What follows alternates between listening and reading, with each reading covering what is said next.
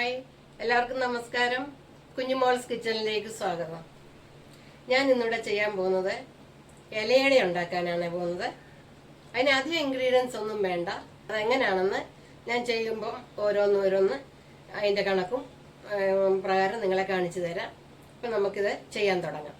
1.5 kilo അരിപ്പൊടിയാണ് എടുത്തിരിക്കുന്നത്, വറുത്ത അരിപ്പൊടി. അപ്പം ഇത് കുഴയ്ക്കാൻ വേണ്ടി ഇതിനാവശ്യമാവുന്ന വെള്ളം വേണം. അപ്പോൾ 1 ഗ്ലാസ് അരിപ്പൊടിക്ക് 1 ഗ്ലാസ് വെള്ളമാണ്. അത് അത്രയും വെള്ളം ഞാനിപ്പോൾ ഇത് തിളപ്പിക്കാൻ വെക്കുകയാണ്. ഈ വെള്ളത്തിലോട്ട് 1 സ്പൂണ് ഉപ്പിടണം.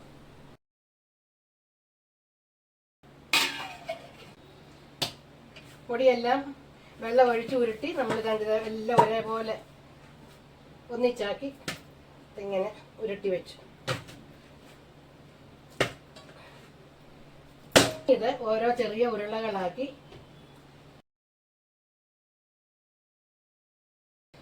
ഇത് ഇനി ഇങ്ങനെ ഓരോ ഉരുളകളാക്കി ഇങ്ങനെ ഉരുട്ടിയെടുക്കുവാണ്. പഴിച്ച അരിപ്പൊടിയെല്ലാം നല്ല വേണ്ട വിധം ഉരുട്ടി വെച്ചിട്ടുണ്ട്. ഇനി ഇത് ഇലയിൽ എങ്ങനെയാണ് പരത്തുന്നത് എന്നുള്ളത് പിന്നെ കാണിക്കാം. അപ്പോൾ അതിന് മുമ്പ് നമുക്കിതിനകത്തൊരു നിറവ്, അതായത് ഒരു ഫില്ലിങ് വെക്കണമല്ലോ. ആ ഫില്ലിങ് നമ്മൾ ശർക്കരയ്ക്കകത്ത് തേങ്ങ വിളയിച്ചാണ് ഫില്ലിങ് വെക്കുന്നത്. അതിന് ഞാൻ എടുത്തിരിക്കുന്ന മധുരത്തിന്റെ അനുസരിച്ച് എടുക്കണം. മധുരം കുറവ് മതി. അതുകൊണ്ട് ഞാൻ 1 കിലോ ശർക്കരയാണ് എടുത്തിരിക്കുന്നത്. നമുക്ക് 1.5 കിലോ അരിപ്പൊടിയാണല്ലോ. അപ്പം ഞാൻ 1 കിലോ ശർക്കര എടുത്തിട്ടുണ്ട്. അത് ഉരുക്കി അരിച്ചു വെച്ചേക്കുവാണ്. അപ്പോൾ സ്റ്റവ് ഓണാക്കി ഇതൊരു വിധം കയ്യിൽ ഒട്ടുന്ന പരുവാകുമ്പോൾ നമുക്ക് തേങ്ങ ഇട്ട് വിളയിച്ചെടുക്കാം. അതിനകത്തോട്ടാണ് നമുക്ക് ഏലക്കായും ജീരകമൊക്കെ എടുക്കേണ്ടത്. നോക്കാം. ഇങ്ങനെയാണ് ശർക്കരയ്ക്കകത്ത് തേങ്ങ വിളയിക്കുന്നത്. നല്ലപോലെ വിളഞ്ഞ് തയ്യാറായി കിട്ടിയിട്ടുണ്ട്. നമുക്ക് ഇഡ്ഡലിക്കുട്ടത്തിൻ്റെ തട്ടയിലാണ് ഇത് പുഴുങ്ങാൻ വെക്കുന്നത്, വേകാൻ വെക്കുന്നത്. ഇതിനകത്തോട്ട് ആവശ്യത്തിന് വേണ്ട വെള്ളം ഒഴിക്കണം.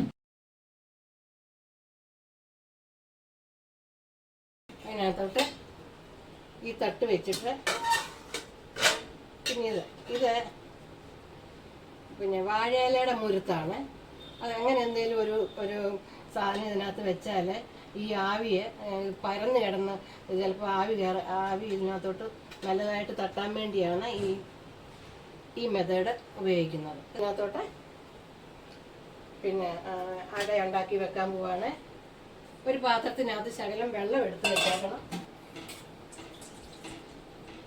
അത് നമ്മുടെ കൈ മുക്കാനായിട്ടാണ്.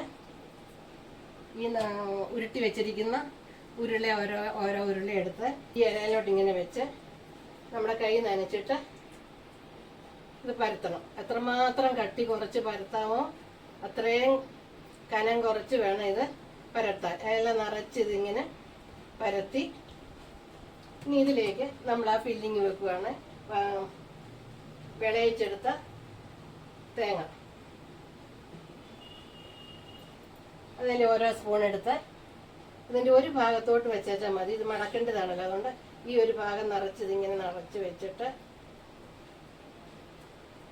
എടുത്തിട്ട് ഇത് അങ്ങോട്ടും മടക്കുന്നു. ഇങ്ങനെ മടക്കി നമ്മൾ എല്ലാം പരത്തി ഇലയിലെല്ലാം ആക്കി എല്ലാം ആവി കയറാൻ വേണ്ടി വെച്ച് ഇനി ഇത് സ്റ്റവ് ഓണാക്കി വേകാൻ വെക്കുവാണ്. ആ പാത്രം അടച്ച് വെന്ത് കഴിഞ്ഞിട്ട് കാണിക്കാം. ഇതിന് നമുക്ക് തുറന്ന് നോക്കാം. നല്ല ആവി വന്നു. നല്ല അങ്ങനെ ഇതെല്ലാം ഒരെണ്ണെടുത്ത് നമുക്ക് നോക്കാം. അപ്പം ഇത് ഈ ഇലയുടെ അച്ചാനെ ടേസ്റ്റ് ചെയ്യാൻ കൊടുക്കുവാണ്. എന്നിട്ട് അച്ഛൻ ബാക്കി വിവരങ്ങൾ പറയും. എന്നുവെച്ചാൽ ടേസ്റ്റ് ചെയ്ത് നോക്കി.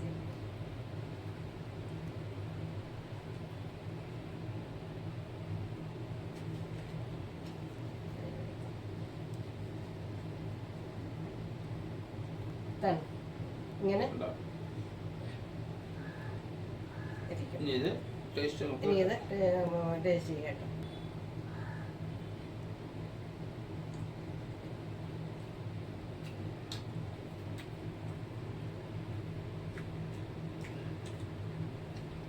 ഇലയട നല്ല ഉഗ്രം ടേസ്റ്റാണ്. ഇതിനകത്ത് ഏലക്കായുടെയും ചുക്കിൻ്റെയും ജീരകവും ഒക്കെ ശരിക്കുള്ള ആ ടേസ്റ്റ് കിട്ടുന്നുണ്ട്. നല്ലപോലെ വെന്തു. പിന്നെ നല്ല സാധനമാണ്, നല്ലതായിട്ട് ഇതായിട്ടുണ്ട്. ഇതിൻ്റെ അകത്ത് തന്നെ മസാല എല്ലാം ഇരിക്കുന്നുണ്ടോ? ഇങ്ങനെ ഇരിക്കും എല്ലാം വഴറ്റിയെടുത്ത തേങ്ങായിട്ട് ശർക്കരയെ വഴറ്റിയെടുത്താണ്. ഇലയുടെ അതിനകത്തിട്ട് ഏലക്ക ജീരകം വെള്ളത്തിൻ്റെ മണവും കണ്ടല്ലോ. ഇലയുടെ എങ്ങനെയാണ് ഉണ്ടാക്കുന്നതെന്ന് ഇതാണ്. ഇങ്ങനെ ഇരിക്കും ഇലയുടെ ഉണ്ടാക്കി.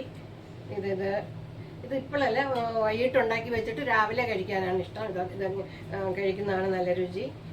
ഇച്ചിരി ഇരുന്ന് ആറണം, നല്ലപോലെ ആറി തണുത്ത് കഴിഞ്ഞാണ് ഇത് കഴിക്കുന്നത്. ഇതിപ്പം ചൂടോടെയാണ് കാണിച്ചതുകൊണ്ട് ഇതിനകത്ത് ഫില്ലിംഗ് ആണ് തണ്ടത്.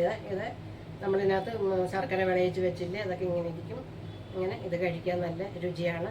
ബൈ.